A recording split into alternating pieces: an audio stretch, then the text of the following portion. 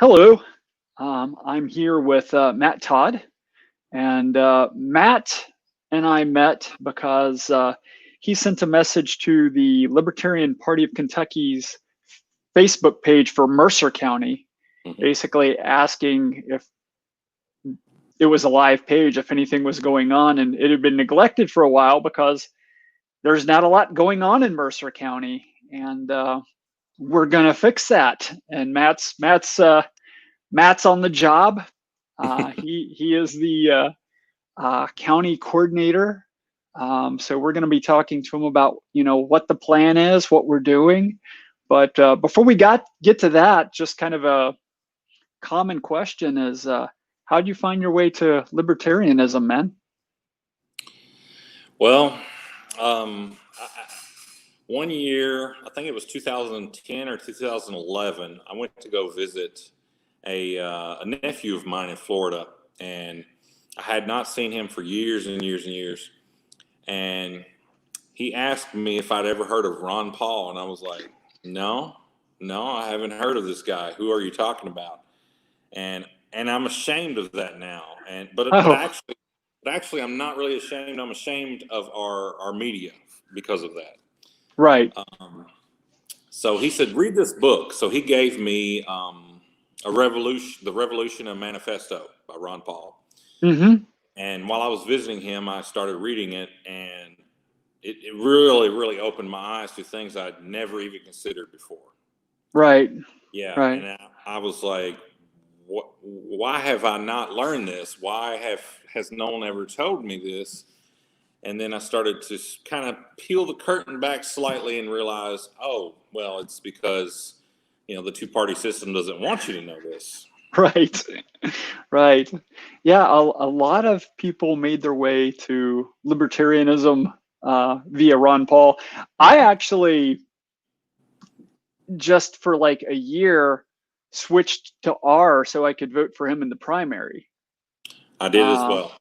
because I was libertarian before, and then when I saw a chance to sort of chip in and help him, I did that. That's actually kind of how I got this in a weird sort of way. This is a national lifetime pin, but basically what happened is I had contributed quite a lot to him, and then they had the sort of maltreatment of him at the convention in Tampa, Mm-hmm. and so he kind of had his own little party, his own little mini convention, and the Libertarian National Party was looking for donations to put some signage outside of it to woo people over to Gary Johnson.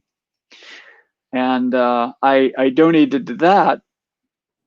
And I was traveling for business at the time, and I didn't know this until I got home, but I had this thick envelope from LP National, and it had my pin in it. It turned out what I had donated was the exact dollar amount you needed for a lifetime membership.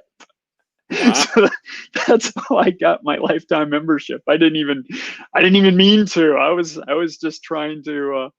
I was basically doubling down on what I had already invested in Ron Paul. So it's like, yeah. Yeah. So Very cool.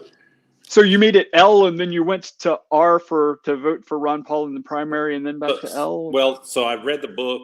I Uh-huh. continued to stay a Republican because even though I read the book, I was like, I want to see where this goes. And Sure. so throughout 2011, I was like, I have to switch. I have to be on board with this guy.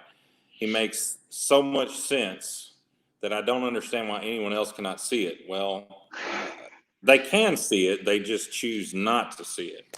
Right.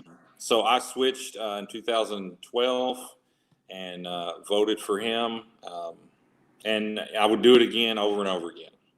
Well, I'm certainly very happy to have you aboard. We got to get Mercer County spun up. I live in Mercer County, for anybody who doesn't know. And I got you connected to Randall Daniel, who's the district chair, and I know you two talked. So what's Yep. the plan? What are we doing? Well, I don't know if he had shared very much of our conversations with you. But we were texting back and forth late one night, and we were talking about days You on broke up a how little, man. we could maybe get interest. Sorry. Yeah, your pictures froze. Actually, I'm showing your email address. I bet it's caught up now. But Okay. so go ahead. Yeah. So we were speaking of So we were speaking about how we could get people interested, maybe get the word out. And I had mentioned to Randall that I am in the process of starting a gun store. So you could say that is part of the liberty movement in my life as well. But I said, one thing that we have done in the past is we've had gun raffles, and we've actually used the money to help people. So when I worked for another gun store down the road, we did a very successful raffle, and we raised money for a Scott County deputy that had gotten injured in the line of duty. I think he'd gotten paralyzed from the waist down. And so we used that platform to get people interested. People love guns. I love guns, obviously. And it went for a good cause. And so, that made us all feel really great about the cause that we were doing. Sure. Doing this to help this gentleman. And so we were talking about that, and I was mentioning to Randall, I was like, maybe we could do something like that to gain some campaign funds and perhaps some interest as well. I love that idea. There's been some similar ideas floated for D2 in general. Another idea was like a training day, because we have several people who are licensed trainers. Mm-hmm. I mean, that's a thing a lot of people miss. I mean, the Republicans will say they support 2A. I mean, probably half our membership is just really, really avid about, not only people's right to bear arms, but actually empowering people, enabling people, because that's what we're all about. Is we're all about individuals being able to care for themselves, and that starts with individuals being able to defend themselves. So yeah, that's a common thing. Once we form an affiliate for the county, and we need a minimum of 3 people to do that. I always like more than that. Mm-hmm. I'm not a scrape by kind of guy. Mm-hmm. I like to have a little margin for error. Yeah, a little bit of cushion room. Yeah, but what is it we need to get going? Well, I probably need more education on the well, I'll help. political side of that. So I'm a layman when it comes to that's fair. Knowing the formalities or the process that we need to go about to do such a thing. I shouldn't have put you on that spot. Your main job is just to find people and get us together so we can have a conversation. But to actually affiliate, we're going to need somebody to be a chair. And all the chair does is just sort of runs the parties, or not the parties, the meetings. So we follow Robert's Rules of Order. We don't need to get into all the technicalities, but basically it's somebody to make sure the meeting follows a known pattern. You need a treasurer, because somebody's got to do the books. The third one you need a vice chair or a secretary. And really, I like to have those as 2 separate things. Oh, look, Ken's chimed in. I got it though. I got it, Ken. And yeah, Ken is the state repository of much knowledge. So if Randall knows everything we need. So if we if we get there, Randall will come down. That's another thing is district actually has to vote us in, and it turns out I'm the at-large, or I'm an at-large at district. So we've already got a vote, but that's usually pretty easy. All we got to do is we got to look valid. So that's what we have to do for that. And earlier I had this up, but I failed to provide context about what it was. That's Matt's email address. So I asked Matt how he wanted us to contact him, and that's how. So another thing I'm going to do is I'm going to run this as a Facebook ad. So you're probably not seeing it right now, but I'm going to have a sign up and a sign up button. And if you click the sign up button, it's going to take you to LPKY's website. So you click that, it'll take you there, and you can sign up. You'll have to sign the non-aggression principle because we're big on that. And or you can just, if you're not quite sure you want to take that step, email Matt. We'll get together, talk about this stuff. Have you thought about that yet? Like where we're going to have events or? Yeah, I think we'd kind of briefly talked about that. I mean, I told Randall that, obviously my gun store is small, but you're more than welcome to use it at any time. So there you go. But yeah, I mean, I think that we could find some events or some event space that shouldn't be a problem. Great, great. There's a lot of great places around here to eat, so we could find some food if we needed it. Sure. I think you and I had talked about even maybe, doing some type of a day at the range, so to speak. Absolutely, absolutely. I love the day at the range idea. Hang on, we got another comment. I think that would be a great way to engage people who don't even know anything about the Libertarian Party. Right. You speak to their passion, which may be in guns and firearms and things like that, hunting, and then you say, well, you start to tell them about your rights, and that's where it came from me. Is I got more interested in my rights once I got on board and started reading from Ron Paul's book, and so, I think that's a really great way to make a connection with some of the folks around here. Cool. So have you talked to many people around Mercer County about libertarianism? Do you feel this is fertile ground? What kind of success are you having there? There is the potential for it now.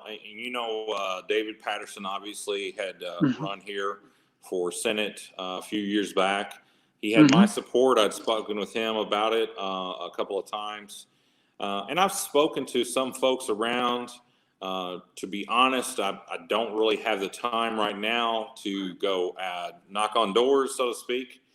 But yeah, that's something I would definitely like to do. And I think this maybe the gun store is a great avenue to engage a lot of customers in that conversation.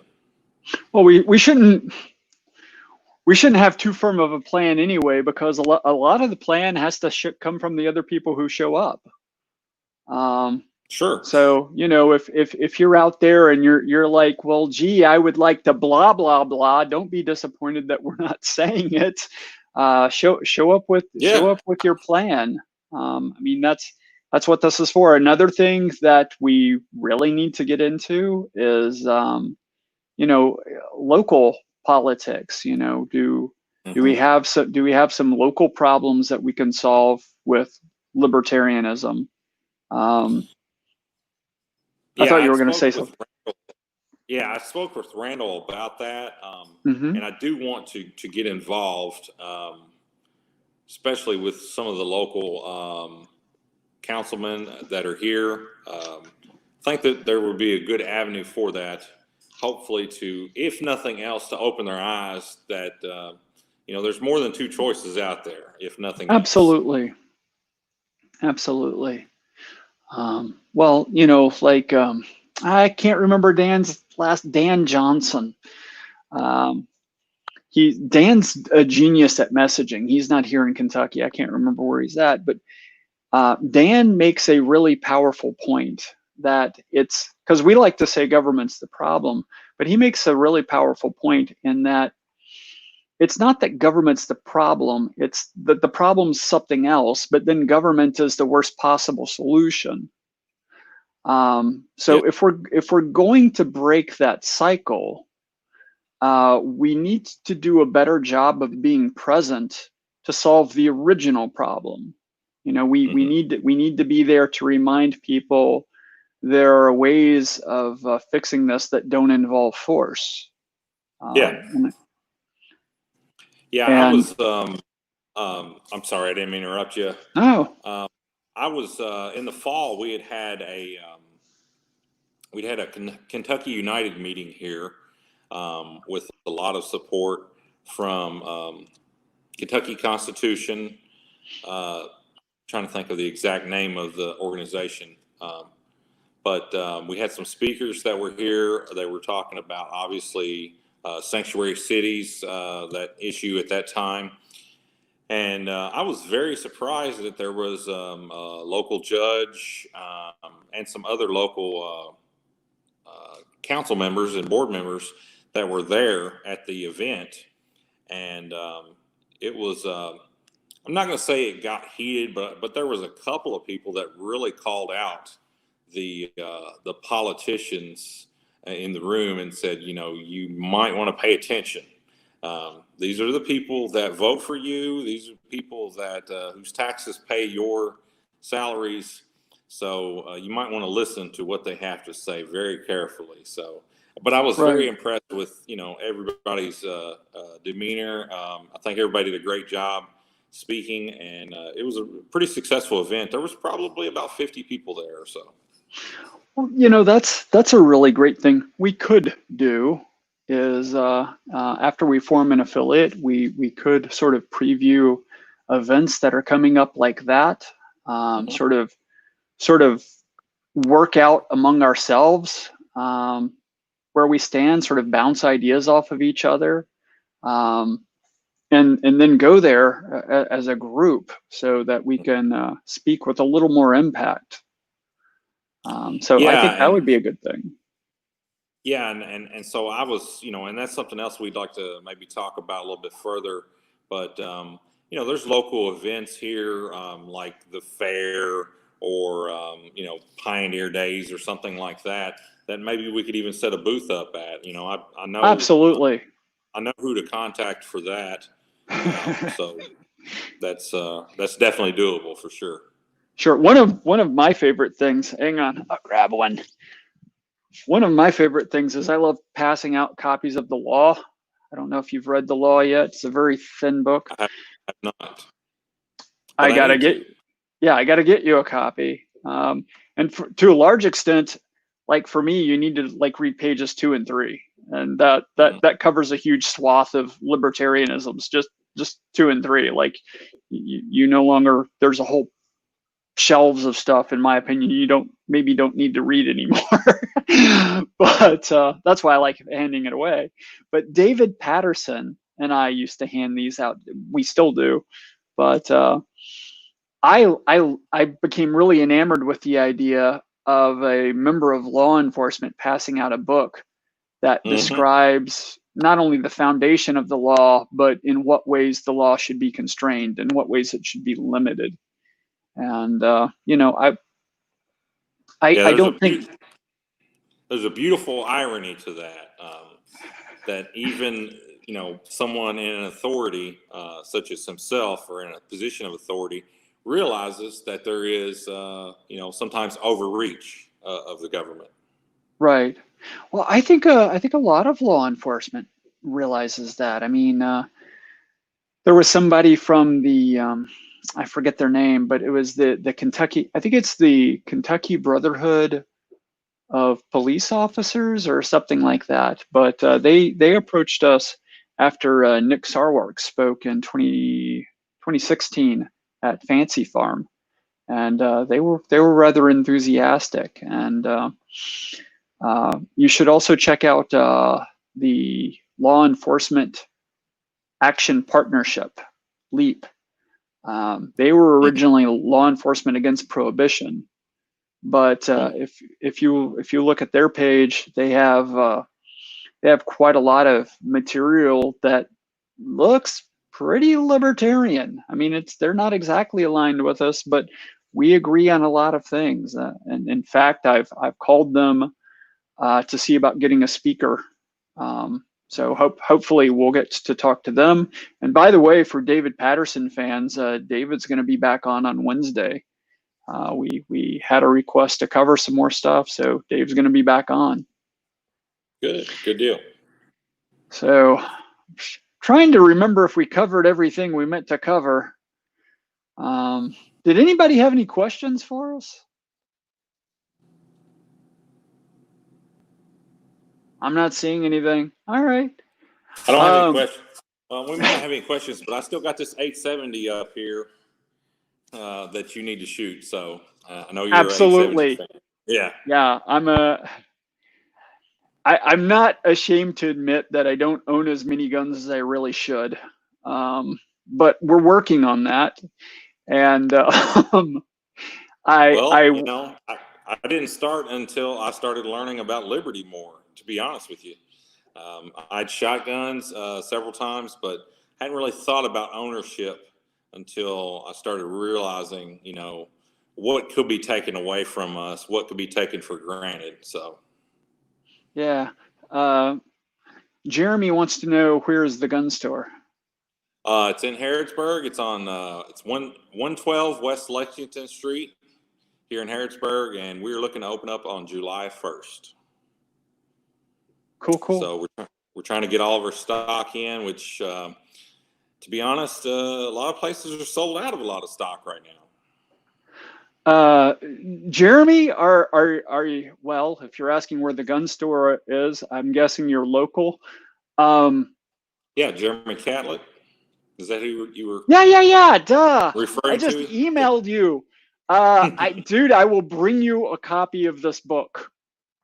You can also get it at FEE, the Foundation for Economic Education. I love FEE. I'm a huge fan of FEE. They do what they say, but yeah, you can have a copy. I order them 50 or 100 at a time just to hand them out. So if you're here local, we will get you a copy. I emailed you earlier. Just email me back. Let me know when. I'm going to be away from home for the first part of tomorrow, but even in the afternoon tomorrow, I could probably drop you off a copy. Anything else? I don't know. Yeah, I think we'd also I mentioned the idea about possibly doing something in the newspaper as well. Yes. So, yeah, maybe we can get together on that and kind of iron out some copy for that. So, yeah, Lex Hannon will be a fan of that. Lex is our comms guy, and he's always a huge fan of print. All right. Well, I hope we reach some people in Mercer County. Mercer County is overdue for getting spun up. So, and everybody out there, you can help just by commenting, sharing. Ken recommends food. That's probably a solid recommendation, though I will say Ken likes food. All of us like food, though. I'm surprised you didn't recommend karaoke, Ken. Ken likes karaoke and trivia too. But yeah, we can meet someplace with food. What I was saying is, he's giving more advice for us, but Please like, comment, share, especially you, Jeremy. Hopefully you have some more friends in Harrodsburg. But we need to spin this up. We need to get an affiliate going. We need to start getting involved locally, and we need to start supporting our candidates. I happen to be a candidate, but it doesn't have to be me. We can support Brad Barron. We can in 2022 we can run some local candidates. Maybe, I'm not sure. And of course, we're probably interested in supporting Joe and Spike this year. If you've not checked out joj2020.com, Joe impresses me more every day, and Spike is being incredibly active, bizarrely active. Like, I was messaging with Spike's campaign manager again today, like third conversation I've had with his campaign in the last 2 weeks. So they are incredibly active. All right, well, I'm gonna wish everyone a good evening. Tomorrow we're having Katie, I think it's Moyer, from Kentucky Hemp Works, and she's going to be talking to us about an exciting program they have going on. And she's also going to be educating us on some of the problems around the policies and the bureaucracy and the laws around hemp. That's a kind of a special passion for me because, number one, I abhor prohibition.